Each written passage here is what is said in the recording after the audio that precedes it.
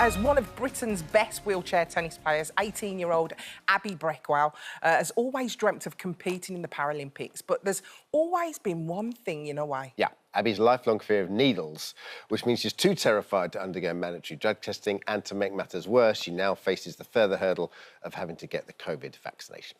But as we send the Speakmans to help, will she finally be able to overcome her phobia? Let's have a look. My name's Abbie Breakwell. I'm 18 years old. I play wheelchair tennis for Great Britain, and I'm 5th in the world for juniors, and I'm 92nd in the world for the women's. Abbie suffers from a neurological muscle wasting disease called CMT, as well as living with a fluid-filled cavity in her spinal cord.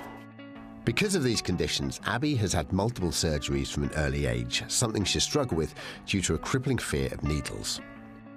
When I was about 5 years old, the doctors tried to get me to a blood test, and because I wasn't quick enough, they started pinning me down, and I guess that's just kind of dug into the fear a bit more. The nurses have said it's the worst case of needle phobia they had ever seen. This phobia worsened when her mum, Sara, fell ill. When she was about 6, 7, that's when I had a major illness. Had locked off surgery.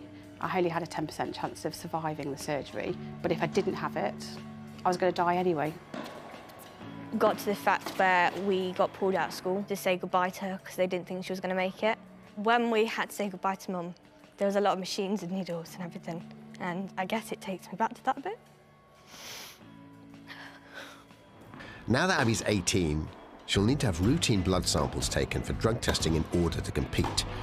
She also needs to have her COVID vaccination to potentially travel for tournaments, both of which she's too afraid to have. Knowing that I could potentially get gold medals in the Olympics or be able to even play at Wimbledon would be an honour. But if I can't get this vaccine, there's no career. This really, it's one of my last choices because I don't know where else to go. With so much at stake, we've sent Nick and Eva to the tennis centre at Loughborough University to help. And the pressure is on because Abbie has a COVID vaccination booked in.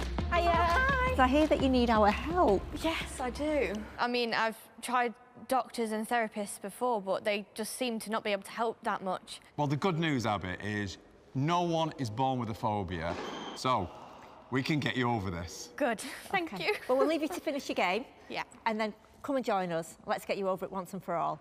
I think we've got a really big challenge on our hands here because Abbie does not remember a life not fearing needles. She's had loads of surgery and she's got so much evidence of why she should be scared. So this is a tough one for us.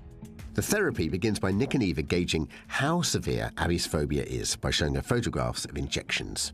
I can see you physically uncomfortable with that one. That was probably the worst out of all of them. She's worried about seeing a picture of a needle. I'm going to show her the real thing in a minute. Really worried about that. Yeah, I don't really like... Yeah. OK, I can see that, all right. This isn't just a phobia, she's also been diagnosed with PTSD, and it's all associated with medical procedures and injections. In the next stage of therapy, Nick and Eva battle with the cause of Abbie's phobia and try to change her perception of needles. Never, ever has a needle just jumped up and just attacked you because it's just an object. Yeah. What's different with Abbie is that we don't know how this phobia started. However, every time you mention her mum and her mum's illness, she gets really emotional and tears up, so that could be the key. Right, so you got upset because of what you got told 11 years ago, that your mum wasn't going to make it. But actually, whoever told you that was completely wrong because your mum is OK, but you've still not let it go. Yeah. Is there any reason why you'd want to believe a lie? No. In that scenario, what saved your mum's life? The machines and needles. I want you to look back at the memory now. What's different?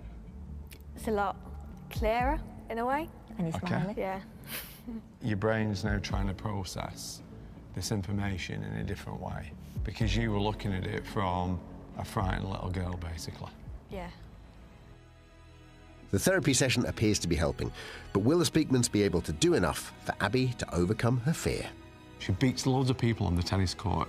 I really hope she can beat this. It's now time for this COVID injection and game is on.